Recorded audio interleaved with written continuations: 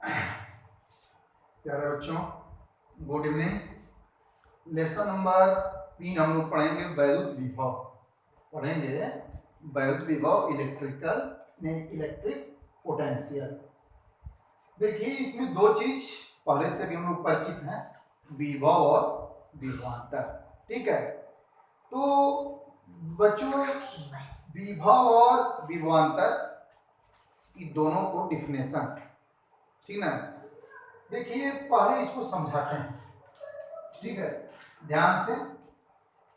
तो पहले हम लोग समझते हैं विभवांतर, पोटेंशियल डिफरेंस, ठीक है।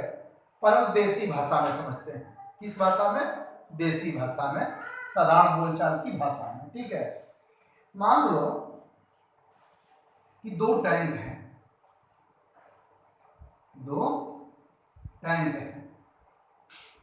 ठीक है।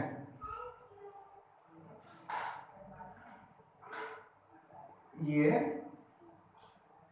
दो टैंक हैं। ये दोनों टैंक जो है ये धरातल पर रखे हैं। कहाँ रखे हैं? धरातल पर, ठीक है। और ये धरातल पर रखे हैं, ठीक। और एक पाइप, ध्यान समझिएगा, देसी भाषा में इसका परिभाषा पहले बता रहे हैं, इसके बाद फिजिक्स की भाषा में बताएंगे, ठीक है। ये ठीक, इसका जो है ऊंचाई h1 है और इसका जो है ऊंचाई h2। ध्यान समझिएगा, ठीक है। अब देखिए क्या करते हैं कि टैंक 1 और टैंक 2 दोनों टैंक हैं। अब पहले टैंक में जो h1 ऊंचाई पे है, इसमें कुछ पानी भर देते हैं। क्या भर देते हैं? पानी भर देते हैं। ध्यान से देखिएगा, देसी भाषा में इसका परिभाषा है।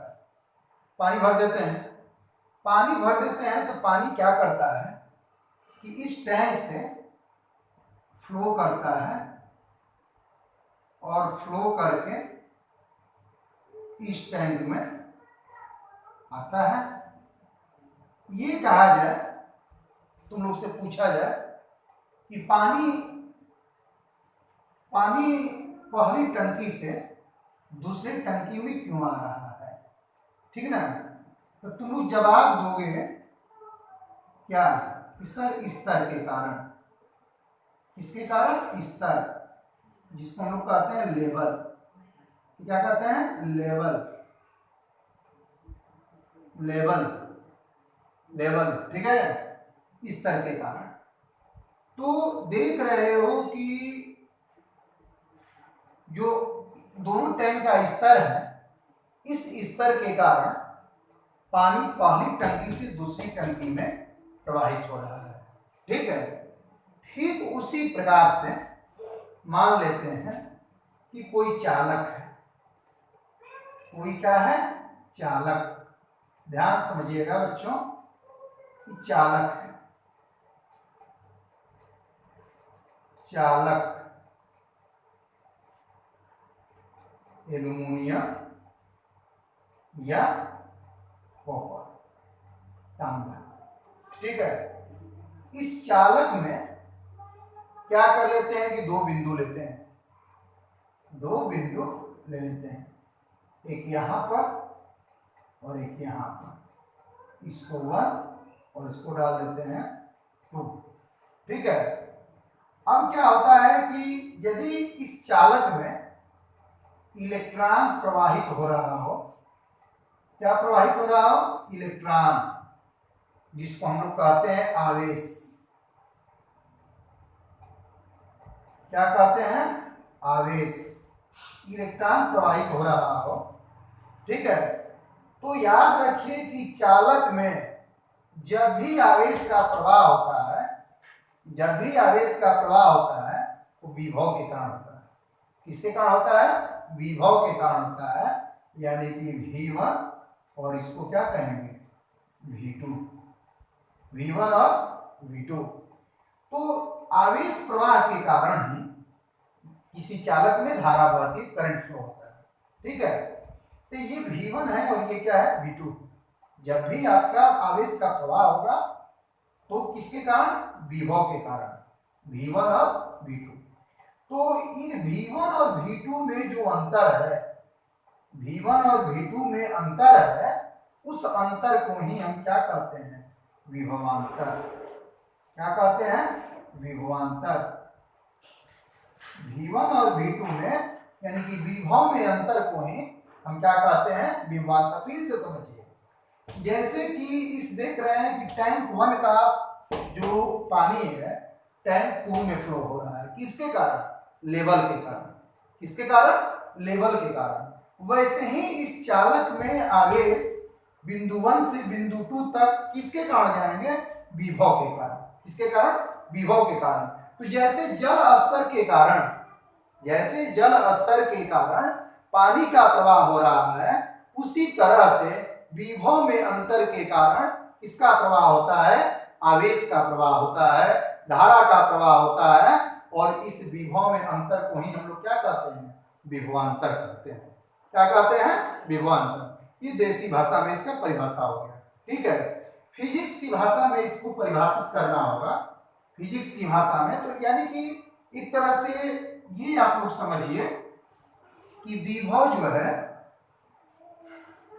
विभव जो है वो वैद्युत दाब है। विभव जो है वो वैद्युत दाब है, और विभवांतर जो है, विभवांतर जो है वो इन दाब में क्या है? इन दाब का अंतर है। इन दाब का क्या है? अंतर है, दाब का अंतर। तो यानी कि विभव के कारण किसी चालक में धारा का प्रवाह होता है, और विभव के अंतर को ही हम लोग क्या कहते हैं? विभवांतर कहते हैं, ठीक है। अब हम लोग चलेंगे फिजिक्स की भाषा में। ये तो देसी भाषा हो गया, विभव और विभवांतर का परिभाषा। अब हम लोग जब फिजिक्स की भाषा में इसको परिभाषित करना होगा, देखिए कैसे परिभाषित करते हैं, ध्यान से देखिएगा। वो तो आपको जो दिखाई दे रहा है उससे आप नोट बनाते रहिए, देखते रहिए, ठीक है। अब क्या करेंगे कि विभव, वैद्युत विभव, तो विभव के पहले बच्चा हम समझाएंगे विभवांतर, ठीक ना, तब आएंगे विभव पर। क्या है कि यदि हम पढ़ चुके हैं कि कोई आवेश अपने चारों ओर इलेक्ट्रिक फील्ड क्रिएट करता है, ठीक ना। तो यदि मान लो कि प्लस क्यू आवेश है, प्लस क्यू आवेश है, और इसके चारों ओर ये जो देख रहे हो वैद्युत क्षेत्र है। क्या है? वैद्युत क्षेत्र है, और यहां पर प्लस क्यू आवेश है। ध्यान समझिएगा, प्लस क्यू आवेश है। दो बिंदु इस बाउंड्री के अंदर आप इसके प्रभाव को अनुभव करेंगे। जैसे आप अपने गांव में ज्यादा शक्तिशाली पड़ेंगे, आपके प्रभाव को ज्यादा देखा जाता है कि नहीं, आपका प्रभाव वहां पर ज्यादा है, वैसे ही इस आवेश के चारों एक प्रभाव को अनुभव किया जाता है, यानी वैद्युत क्षेत्र है। तो इस वैद्युत क्षेत्र में हम दो बिंदु लेते हैं, एक लेते हैं ए और एक लेते हैं बी, ठीक है। ध्यान रखिएगा। अब क्या करते हैं कि एक कूलाम के आवेश लेते हैं, एक कूलाम आवेश लेते हैं। फिर परिभाषा हम इसका क्या करते हैं कि एकांक मान के दिया जाता है। एक कूलाम आवेश है, देख रहे हो ना, इसको हम चाहते हैं कि बी से ए की ओर ले जाए। कहाँ ले जाए?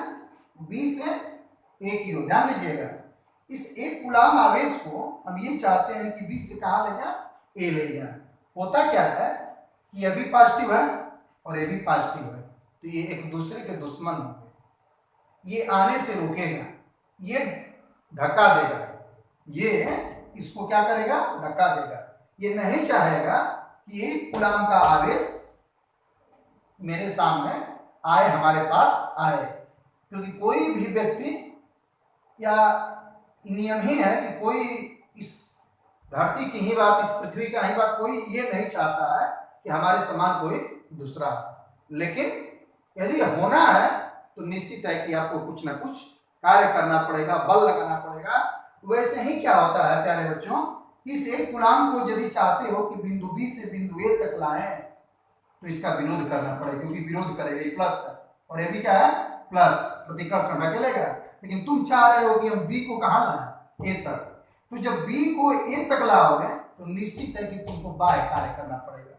क्या करना पड़ेगा, बाह्य कार्य करना पड़ेगा। और उस बाह्य कार्य को ही हम क्या कहते हैं, विभवांतर। क्या कहते हैं, विभवांतर।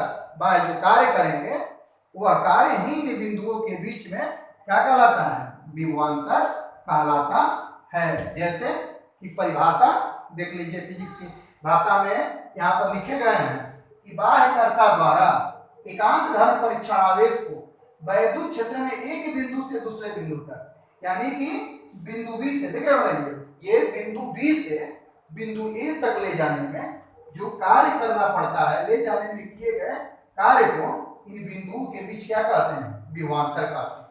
क्योंकि एक गुणाम आवेश जो होता है बहुत बड़ा आवेश होता है, इसलिए क्या करते हैं कि एक गुणाम आवेश की जगह पर परीक्षण आवेश मान लेते हैं। जो छोटा आवेश है Q0, Q0, इसको तो वही लिखा गया है कि निधन परीक्षण आवेश Q0 को बिंदु बी से बिंदु ए तक लाने में W कार्य W हो, देख रहे हो ना, कार्य W हो, तो बिंदु ए और बी के बीच वैद्युत विभवांतर VA minus VB, VA minus VB। VA का मतलब कि बिंदु ए का वैद्युत विभव, बिंदु ए का और बिंदु बी का, ये दोनों के विभव में अंतर को ही हम क्या कहते हैं, वैद्युत विभवांतर कहते हैं। और इसका मात्रक होता है जूल प्रति कूलाम। क्योंकि देख रहे हो W/Q0, Q0 भी आवेश है और W क्या है, कार्य। कार्य का मात्रक क्या होता है, जूल होता है। तो यानी कि W/Q0 और Q0 को कहते हैं जूल प्रति कूलाम, राइट। अब देखो, अब क्या करते हैं कि इसी पे आधारित है क्या, वैद्युत विभव। तो वैद्युत विभव का क्या होता है कि जस्ट ऐसा, यदि मान लेते हैं कि कोई वैद्युत क्षेत्र है ये प्लस Q, ठीक ना, और एक बिंदु है A। इस वैद्युत क्षेत्र में एक बिंदु क्या है, A। इस A पर हमें वैद्युत क्या निकालना है, विभव। तो इस वैद्युत विभव यदि बिंदु A पर निकालना है तो वैद्युत विभव का परिभाषा होता है कि एकांक धन परीक्षण आवेश को अनंत से, तो मान लो ये इन्फिनिटी, ये इन्फिनिटी अनंत है, अनंत बिंदु है, ठीक है।